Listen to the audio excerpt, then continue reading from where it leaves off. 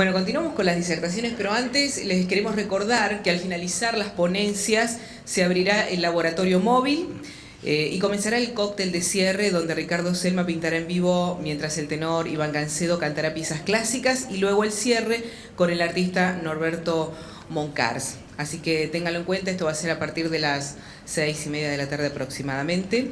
Y ahora sí, bueno, en principio por cuestiones personales, privadas, a último momento, el señor Cristian Untoglich se ve imposibilitado de efectuar su disertación, pero asistirá durante el desarrollo del laboratorio móvil, así que en esa ocasión se podrán acercar a conversar con él y hacerle las consultas sobre la temática mobiliario antiguo, un recorrido de referencias para la autenticación, así que después sí van a poder charlar con él. Ahora sí, vamos a retomar esta disertación, la importancia de la metodología multidisciplinar en la investigación del patrimonio artístico, la espectroscopía Raman aplicada al análisis de la obra de arte, a cargo de la doctora María Concepción Chillón Domínguez, doctora en Historia de Arte de la Universidad Autónoma de Barcelona e investigadora en el Laboratorio de Espectroscopía Raman de la Universidad Politécnica de Cataluña, donde es responsable de la investigación artística y documental de las obras realizadas. Desde hace más de 5 años se dedica a fomentar la investigación multidisciplinar del patrimonio artístico y avanzar en el conocimiento de la historia, uso y comercio de los pigmentos y materiales más importantes de la historia del arte.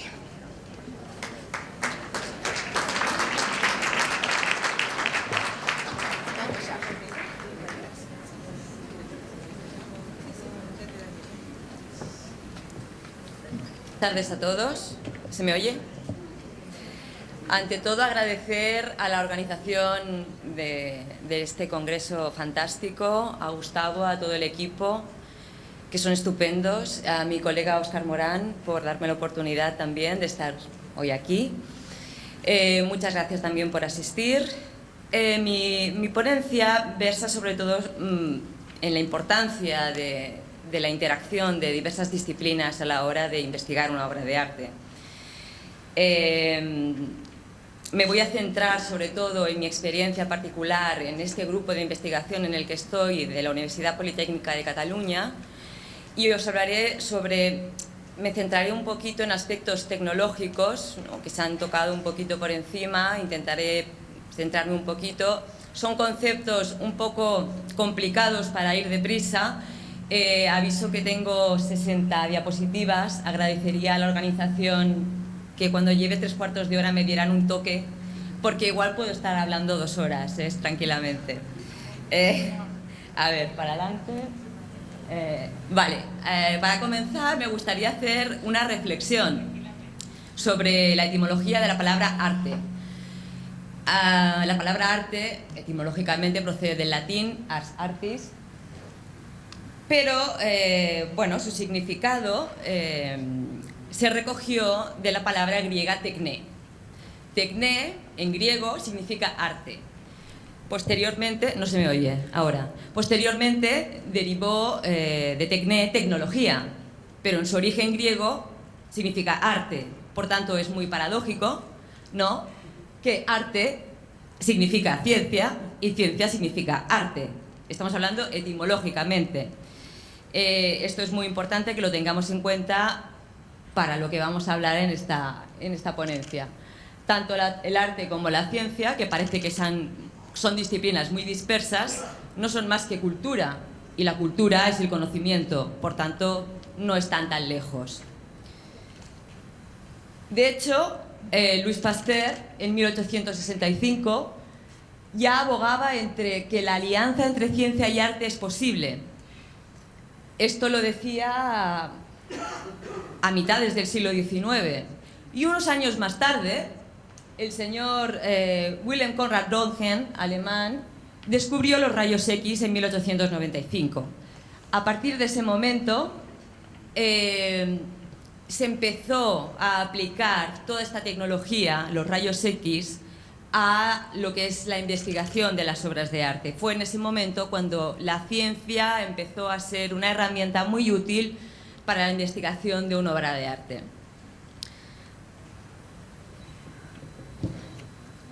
No se me escucha, ¿no? ¿Hola? ¿Hola? Sí, sí. Vale. El laboratorio de espectroscopía Raman de la Universidad Politécnica de Cataluña integra un equipo investigador, obviamente, un equipo humano, equipos tecnológicos, de los que ahora os explicaré, patrones de referencia que son esenciales para llevar a cabo los análisis de pigmentación y un montón de libros. Una biblioteca impresionante que cada año intentamos ir ampliando poco a poco. Además de viajes a bibliotecas, archivos, etcétera, etcétera.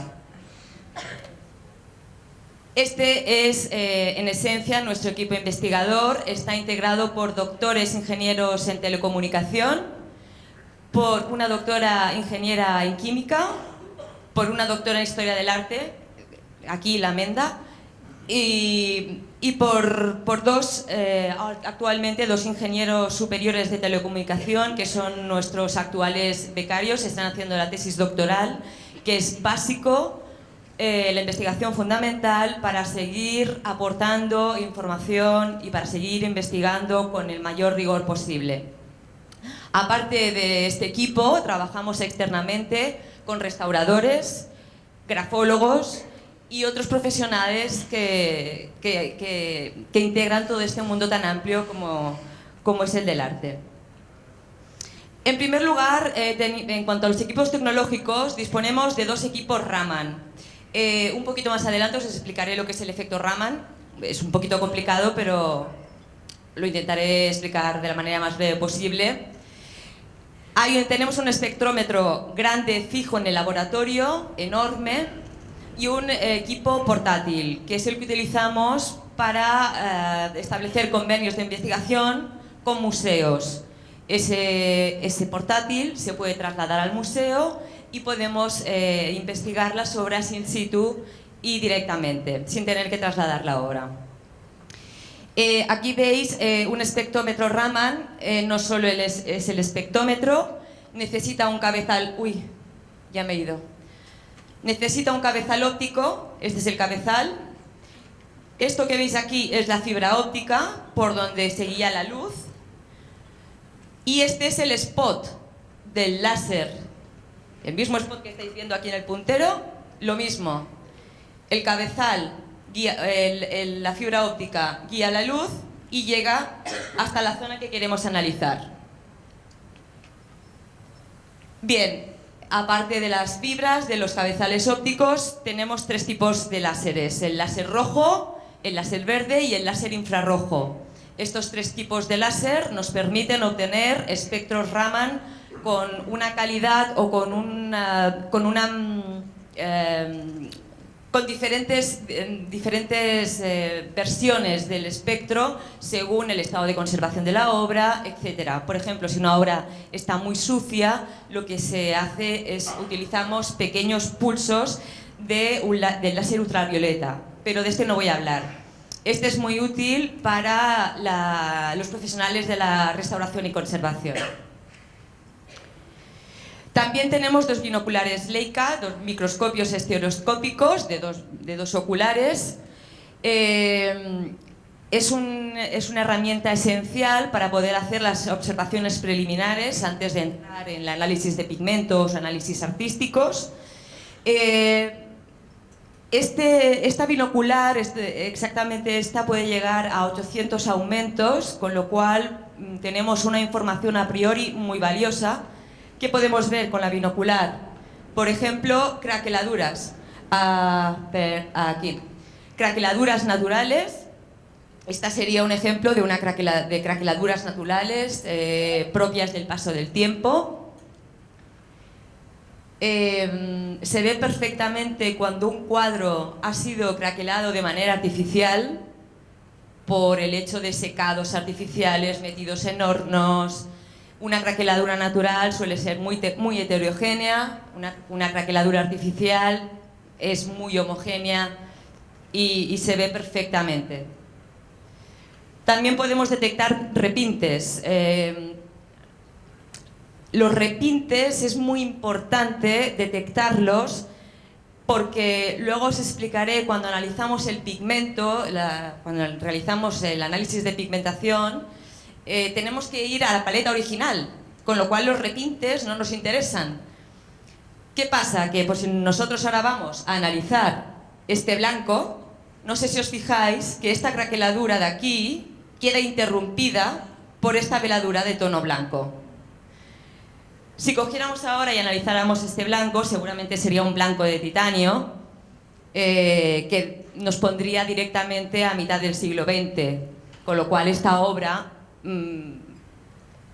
diríamos que es falsa y a lo mejor nos estamos cargando un cuadro por estar analizando un repinte. Por tanto, es muy importante detectar dónde están los repintes y si existen repintes.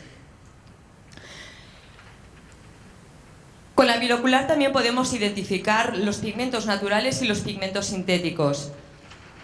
Esta fotografía en concreto es una imagen, una macrofotografía del lapislázuli, el azul ultramar natural. Si fuera azul ultramar sintético, no estaría tan granulado, no se vería en los vidrios, se vería como un polvo homogéneo. Más tarde os explicaré que actualmente una de las tesis doctorales que se están llevando en la universidad está demostrando que es posible diferenciar los pigmentos naturales y los pigmentos sintéticos con espectroscopía Raman, pero es algo muy complicado de momento. La luz ultravioleta tiene relación con los repintes. Lo que pasa es que la luz ultravioleta lo que nos aporta es información de repintes que se han realizado en un periodo reciente. Más allá de 50 o 70 años, estas zonas... Aquí. Estas zonas negras, que son las que nos muestran los repintes en la obra, si tuvieran más de 50 o 70 años ya no se verían con luz ultravioleta. Con lo cual tenemos que ir a buscar la binocular Leica para detectar si existen repintes históricos, lo que nosotros llamamos repintes históricos.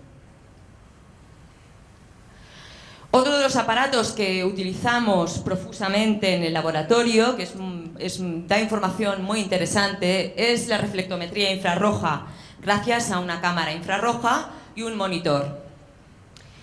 La reflectometría infrarroja es muy sencillo. Necesitamos una cámara infrarroja y un foco de luz blanca.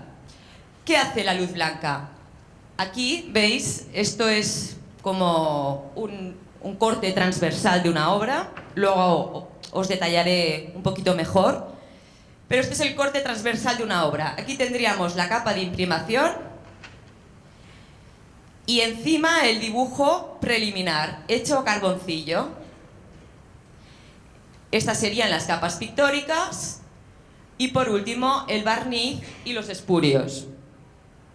La luz blanca lo que hace, tiene un cierto porcentaje de luz infrarroja.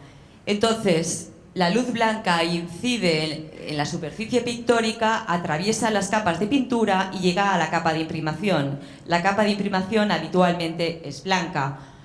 Suelen haber capas de imprimación rojizas, sobre todo en el siglo XVII, principios del XVIII.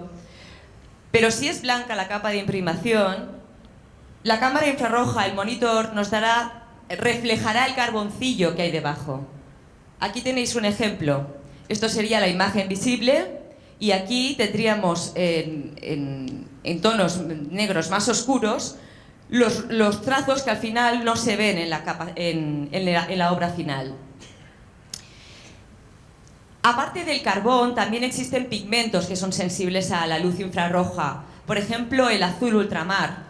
Si hay otro cuadro debajo, si hay una obra subyacente, podemos verla gracias a que hay colores, pigmentos que son también sensibles a la luz infrarroja.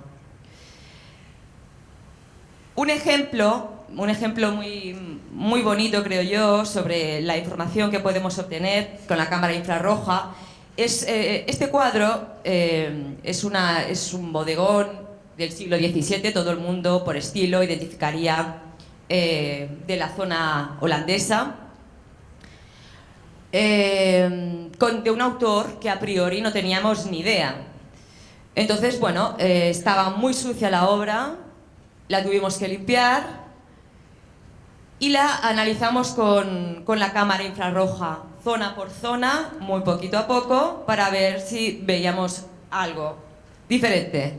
Y efectivamente, en la zona inferior derecha, donde aquí no se ve nada, aquí apareció esta inscripción. Esta inscripción es una especie de monograma que se parece al dólar.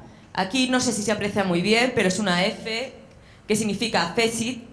Fecit en latín significa hecho por. Y aquí la fecha 1683. Por una parte ya la fecha la teníamos a priori, ¿no? Nos daba la fecha, teníamos el cuadro en el siglo XVII, y por otro teníamos este monograma.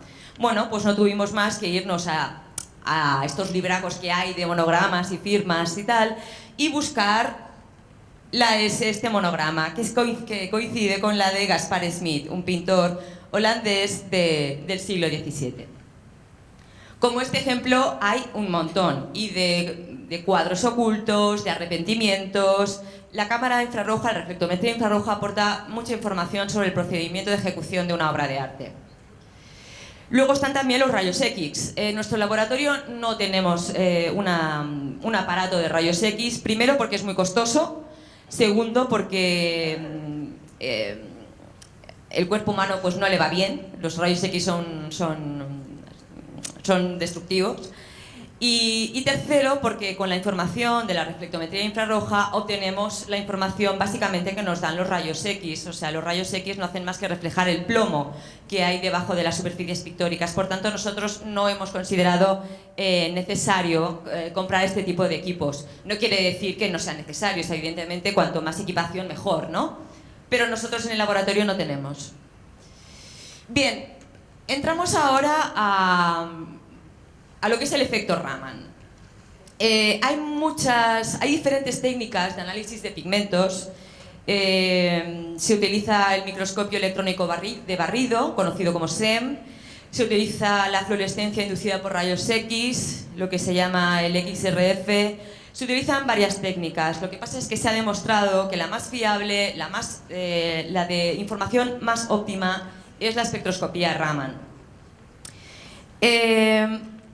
Haré un poco de historia solo para que veáis un poquito el desarrollo. Han habido varios científicos que han aportado información sobre la importancia de la luz y la dispersión de la luz. Uno de ellos fue Isaac Newton. Isaac Newton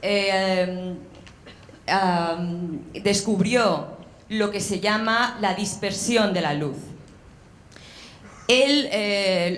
Es muy famoso el prisma de Newton. No sé si habéis oído hablar del prisma de Newton.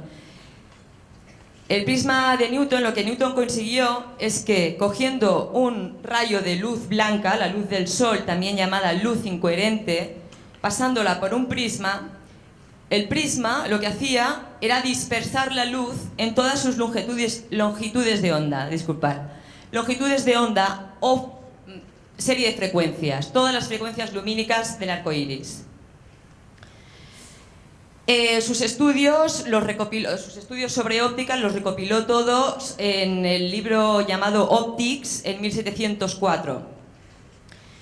Después de la dispersión de la luz demostrada por Isaac Newton, pasaron muchos años, hubieron más investigadores sobre la óptica, sobre la dispersión de la luz, la refracción de la luz, y luego llegó Einstein. Einstein fue esencial porque emitió el concepto de emisión estimulada. La emisión estimulada no es más que el láser, la amplificación de luz por emisión estimulada de radiación, o lo que es lo mismo, porque el láser son acrónimos en inglés, sería Light Amplification by Stimulated Emission of Radiation.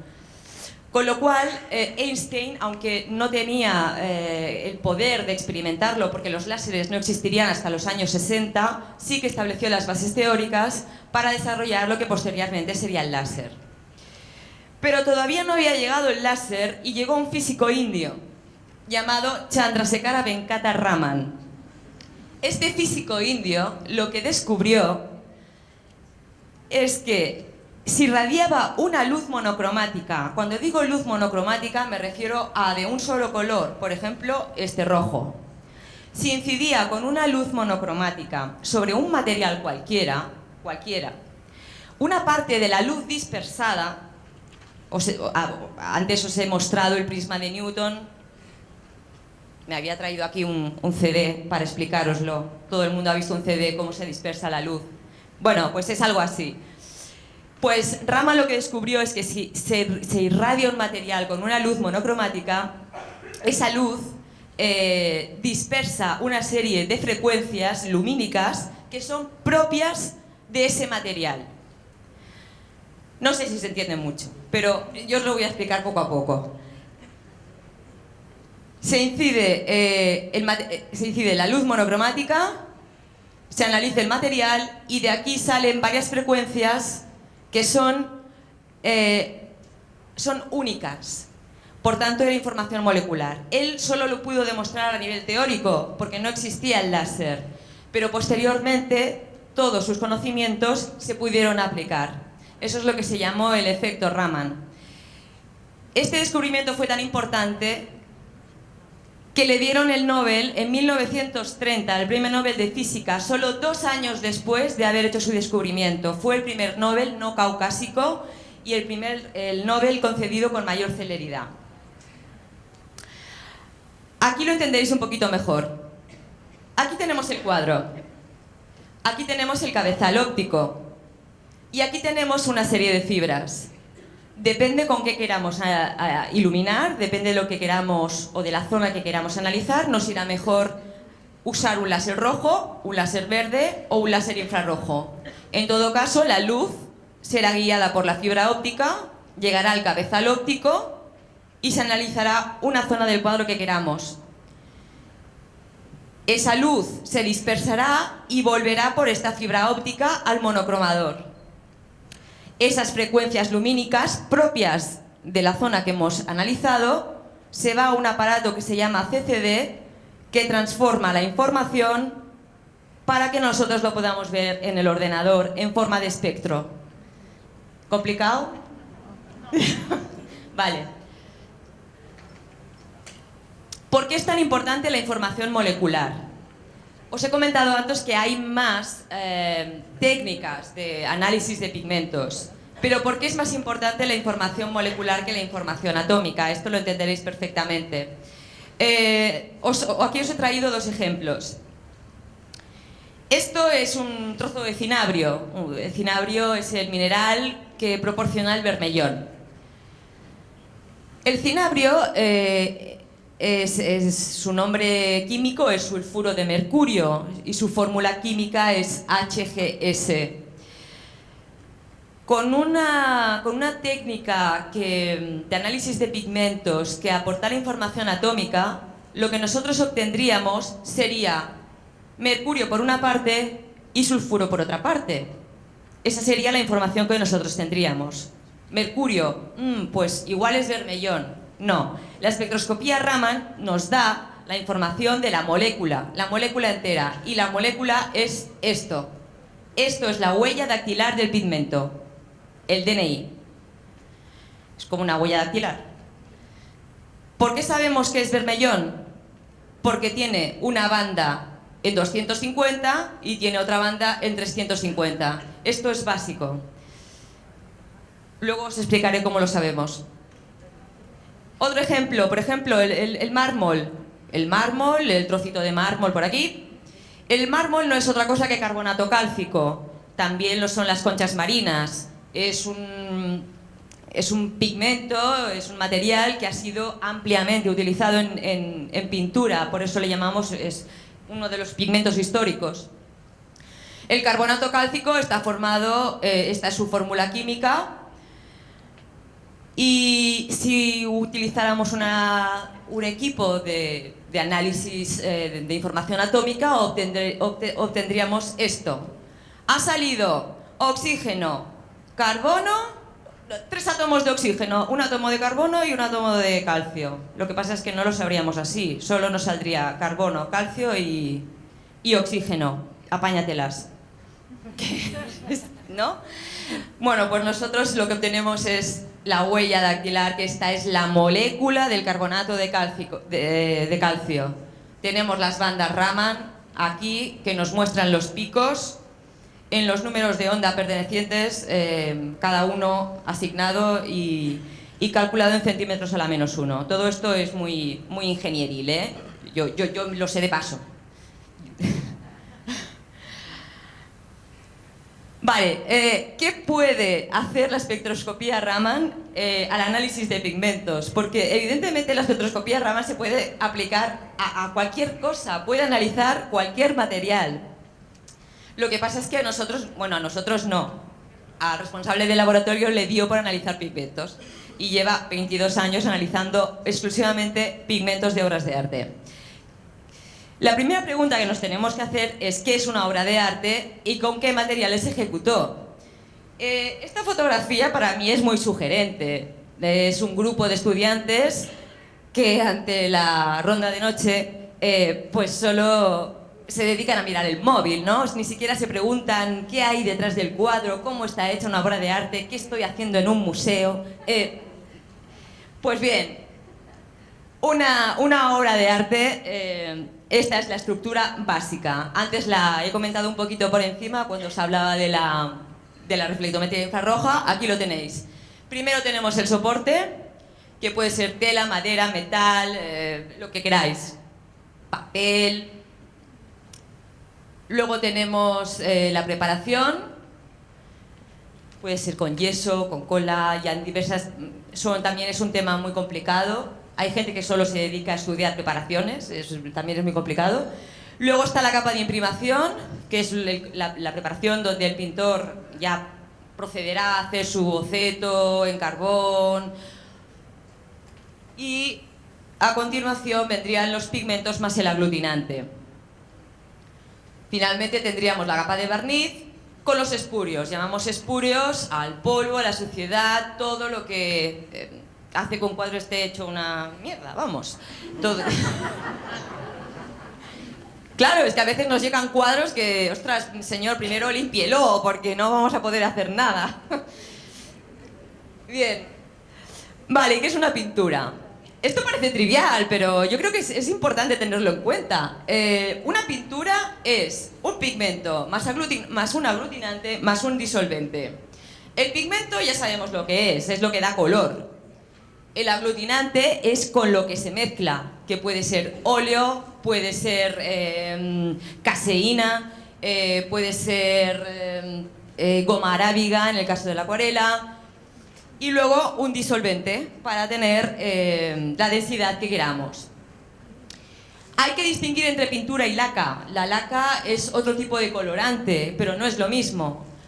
La laca está formada por un tinte y un sustrato. Los tintes básicamente salen de los pigmentos llamados orgánicos, de los vegetales. Y el sustrato suele ser carbonato cálcico. Un ejemplo muy gráfico, cuando vosotros tenéis una taza de café y cogéis un terrón de azúcar y solo lo sumergís un poquito, el café empieza a subir por el terrón, ¿a que sí? Ese terrón luego lo dejáis aparte y lo dejáis secar. Y lo machacáis. Y luego eso lo aglutináis. Eso sería una laca. Sería la mezcla del tinte con un sustrato y luego se pinta. Los pigmentos, como os decía, pueden ser de carácter orgánico o de carácter inorgánico. Pueden ser minerales, pueden ser vegetales, pueden ser sintéticos, que son los que el hombre fabrica imitando a la naturaleza, lo que existe en la naturaleza.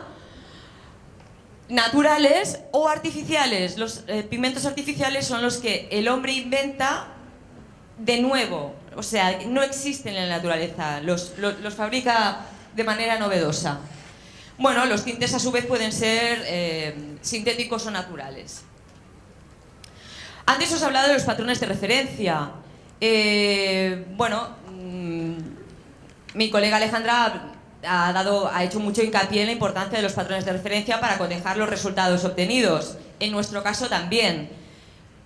Para saber que un espectro obtenido es amarillo de plomo, estaño de antimonio, necesitamos saber qué espectro tiene el amarillo de plomo, estaño y antimonio. Esto se hace con muchas horas de laboratorio y pidiendo espectros de referencia a grandes laboratorios que nos los fabrican expresamente, porque muchos de estos pigmentos ya no están accesibles a la venta pública. Por tanto, los pintores no tienen acceso a estos pigmentos. Os voy a poner un ejemplo de los pigmentos eclesiásticos de origen mineral. ¿Por qué este tipo de pigmento? Porque fueron los más utilizados durante muchísimo tiempo, prácticamente hasta principios del siglo XVIII, fueron los pigmentos más utilizados. Aquí tenéis la azurita, la malaquita, el lapislázuli, el cinabrio, el oropimente y rejalgar, que van juntos, el mármol y las tierras naturales, que eran, vamos, siempre se utilizaban tierras, básicamente. La azurita y la malaquita también suelen ir asociadas, suelen ir juntas en la misma roca. Y estos eran los pigmentos que aparecen, que se llaman pigmentos históricos o los pigmentos más importantes. ¿Por qué? Bueno, se le llaman pigmentos eclesiásticos básicamente porque empezaron a aparecer o empezaron a utilizarse desde el principio de los tiempos y están muy asociados a lo que es la pintura o las obras de arte de carácter religioso. Pensar que hasta principios del siglo XVIII, muy a finales del siglo XVIII, prácticamente toda la pintura, el gran porcentaje de la pintura era pintura religiosa. Los comitentes, los clientes solo eran la iglesia y la monarquía, con lo cual utilizaban la pintura para aleccionar al populacho. Aquí vemos varios ejemplos de libros miniados. ¿Por qué se llaman libros miniados? Porque utilizaban mucho el minio de plomo.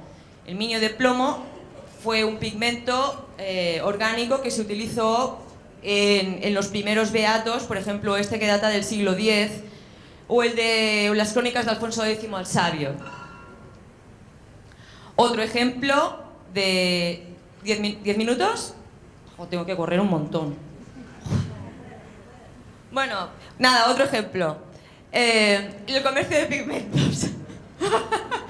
El comercio de pigmentos es muy importante tenerlo en cuenta, además de los patrones de referencia, porque pensar que hay los minerales que os he enseñado antes, claro, había zonas geográficas que tenían minas y otras zonas geográficas que no tenían minas. Por ejemplo, el lapislázuli solo estaba en Afganistán, por aquí. Y en cambio, pues tenía que hacer toda la ruta de la seda hasta llegar a Venecia y desde Venecia distribuirse al resto de Europa. Pero ¿qué pasa? Que como en Alemania o en el norte de Francia tenían muchas minas de azurita, pues no utilizaban tanto la azurita y no utilizaban tanto el lapislázuli y utilizaban la azurita. Con lo cual, saber también la pigmentación de una obra de arte también nos permite situar un poco la zona geográfica. ¿Qué pasó? Que a mediados de la segunda revolución, de la segunda mitad del siglo XIX, la segunda revolución industrial permitió que la industria química se desarrollara de una manera bestial. Empezaron a salir pigmentos a punta pala. Apareció, por ejemplo, el azul ultramarino sintético, que imita el lapislázuli exactamente. Aparecieron los amarillos de cromo. Apareció el amarillo y rojo de cadmio ya a principios del siglo XX, los blancos de titanio en el siglo XX, los rojos de toluidina también. Fue un despiporre de pigmentos, se multiplicaron.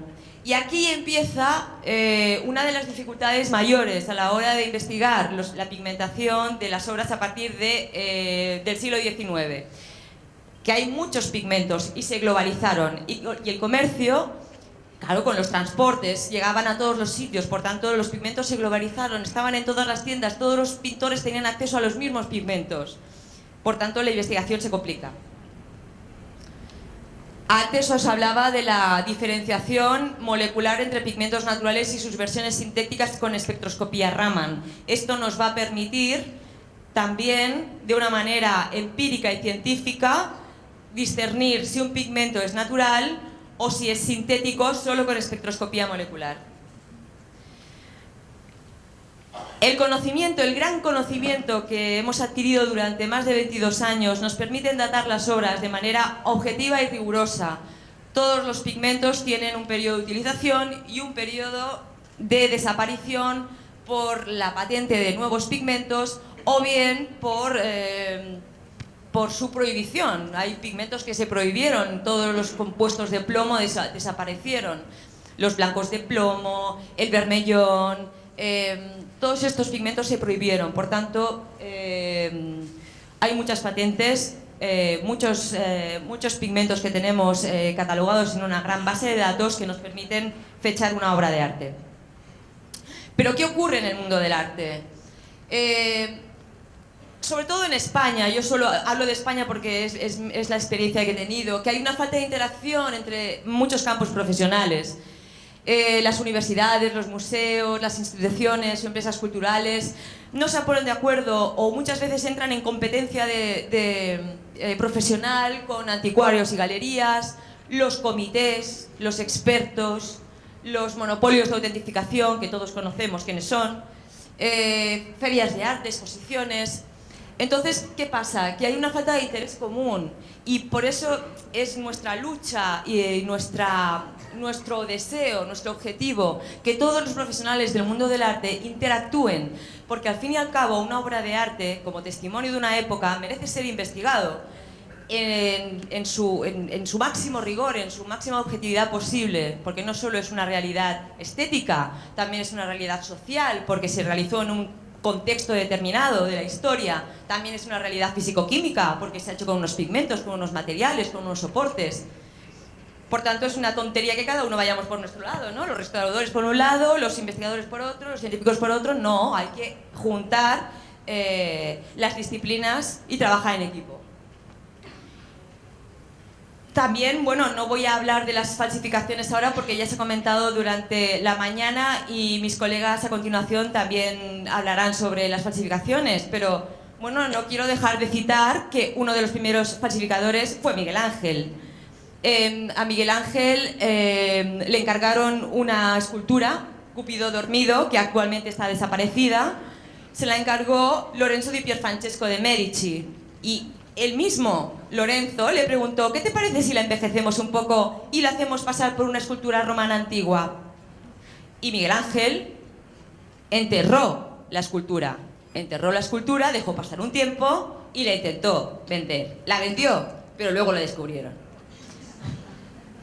Siempre se descubre. Aquí solo, nada, una lista de los que se llaman los aristócratas de la falsificación. Bueno, Bastianini, Federico Gioni, Dossena, Van Meegeren, Eric Hebord, solo es un ejemplo. Algunos de ellos están tan orgullosos de sus falsificaciones que hasta han escrito sus memorias. Porque yo lo valgo. Estafas y procedimientos de dudosa honestidad por parte de algunos expertos, comités e instituciones. De esto ya se ha hablado, por tanto paso por alto. Ya sabéis, se certifican obras falsas a cambio de comisiones de venta, se quitan y se añaden firmas. En este momento, ahora, se está quitando una firma, o se está poniendo una firma, o se está falsificando un cuadro. Aquí os he puesto un ejemplo del pícoro guardián del legado de Modigliani. Este señor es Christian Parisot. Christian Parisot era el guardián del legado de Modigliani. Este señor se dedicaba a certificar obras de Modigliani que él sabía que eran falsas, pero como se lleva una comisión, pues ancha es Castilla. Este es un ejemplo de falsificación que nos llegó al laboratorio. El pobre hombre pensaba que tenía un Greco. Sí, a mí me da pena dar malas noticias. Pero bueno, es que salió Natasa, salió Azul Ultramar y salió Azul de Prusia. Todos los pigmentos, vamos, que no hay ni uno que se salve. No. La datación de este cuadro es a partir de 1919, que es lo que nos dan los blancos. Por tanto, esto es una copia, es una gran estafa del Greco. Bueno, no está firmada, pero es una copia, es una obra totalmente falsa. ¿Qué hacer, por tanto? Investigar y adoptar una metodología multidisciplinar. Os había traído un ejemplo, pero igual me paso de tiempo ya, ¿no, Gustavo? Me paso. Os habían traído un ejemplo de una investigación que hemos hecho recientemente. Esto ya es el final, pero es que igual me enrollo, por eso que no... Va, 5 más, pero tendré que correr. Va. Esta es una obra que hemos investigado recientemente en el laboratorio, es una obra muy bonita, muy bonita. No es muy grande. Y me tenéis que creer que está firmada E. Delacroix. ¿Conocéis? Delacroix. Vale, me tenéis que creer, tenéis que hacer un acto de fe porque se me olvidó la fotografía de la firma, pero está firmada. Vuelvo al cuadro, solo dar un golpe de vista. Los que estamos avezados a ver obras de arte ya sabemos, ya podemos incluirla en estilo romántico. Estilo romántico, ya sabéis, exaltación del color, teatralidad, emoción, sentimiento, defensa de lo pasional, lo irracional, paso de esto. Muy bien. Pues analizamos la pieza. Estas son todas las zonas que analizamos con espectroscopía Raman. Y la paleta que nos dio es coherente, consistente con el romanticismo francés, o por tanto inicios del siglo XIX. Blanco de plomo, amarillo de cromo, vermellón, azul ultramar, azul de Prusia, carbón y tierras férricas. Aquí tenéis dos ejemplos de espectros obtenidos. El amarillo de cromo, este es el espectro que nosotros obtuvimos, el piquito que coincide exactamente en su frecuencia con el patrón de referencia. Y aquí el espectro obtenido del azul ultramar, que coincide en frecuencia con el piquito del patrón de referencia. Todas estas líneas esto que pasa, ¿no? Que hay, pues sí, es ruido, lo que nosotros llamamos ruido.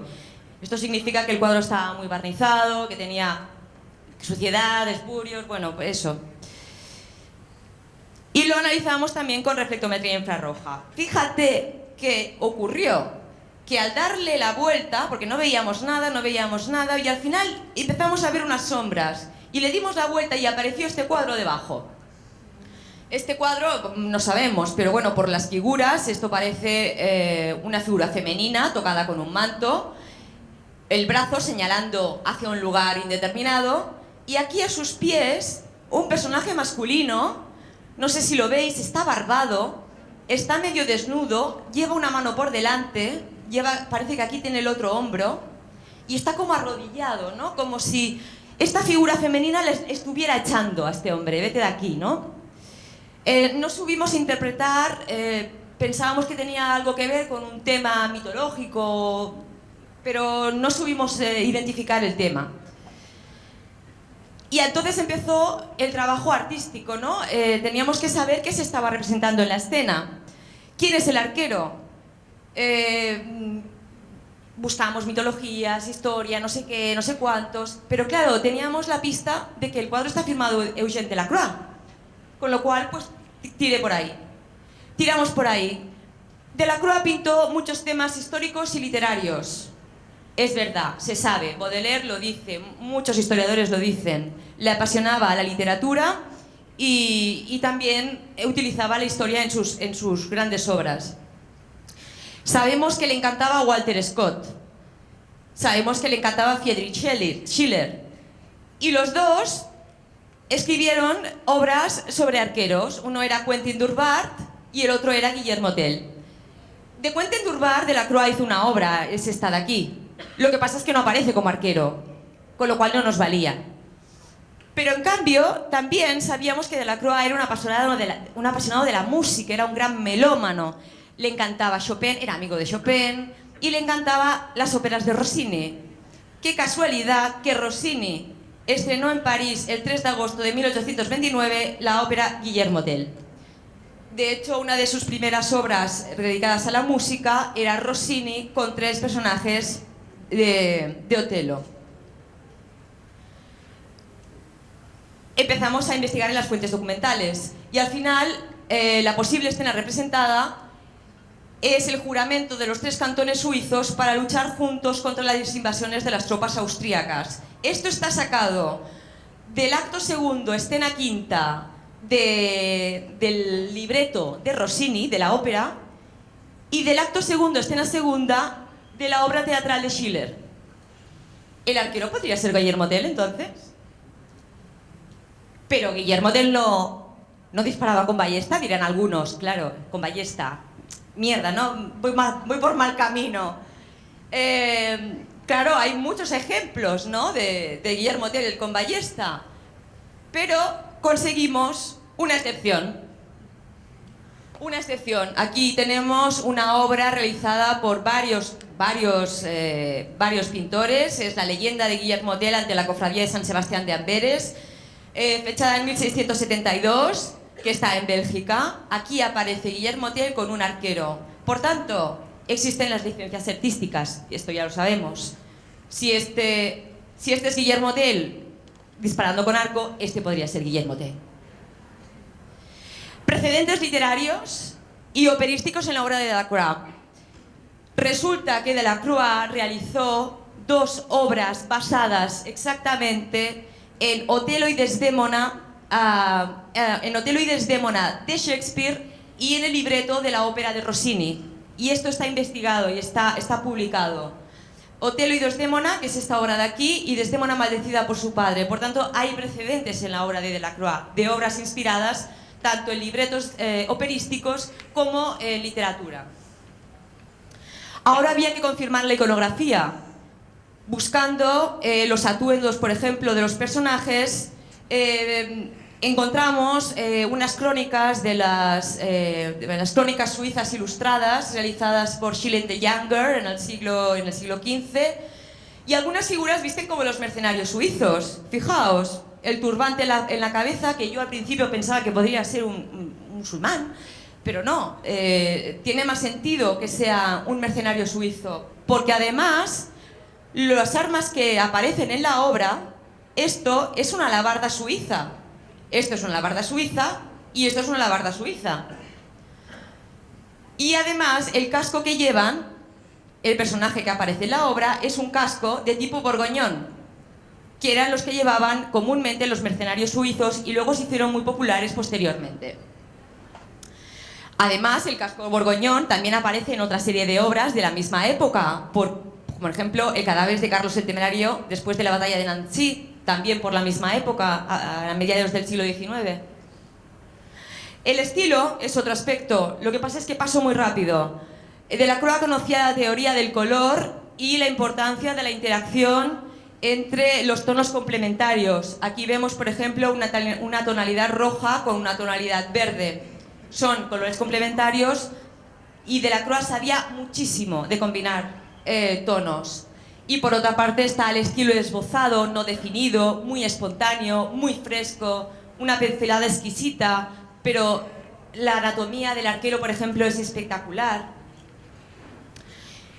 Finalmente, buscando y buscando, vimos que la obra que estaba subyacente, debajo de la superficie pictórica, podía tener algo que ver también con la obra de Delacroix. ¿Por qué no?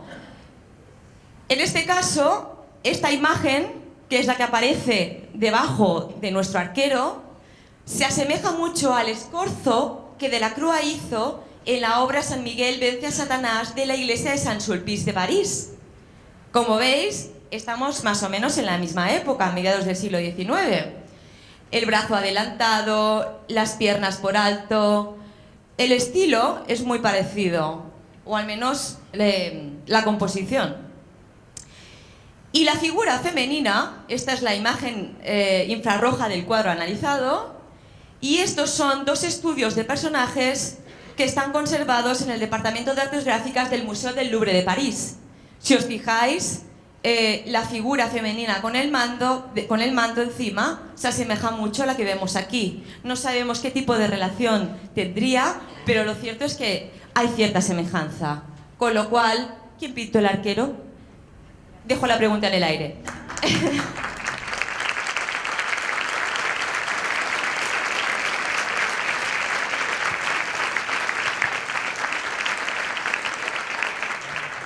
Me faltaban las conclusiones, pero las vamos a dar por dadas el lunes. Nada, muchas gracias.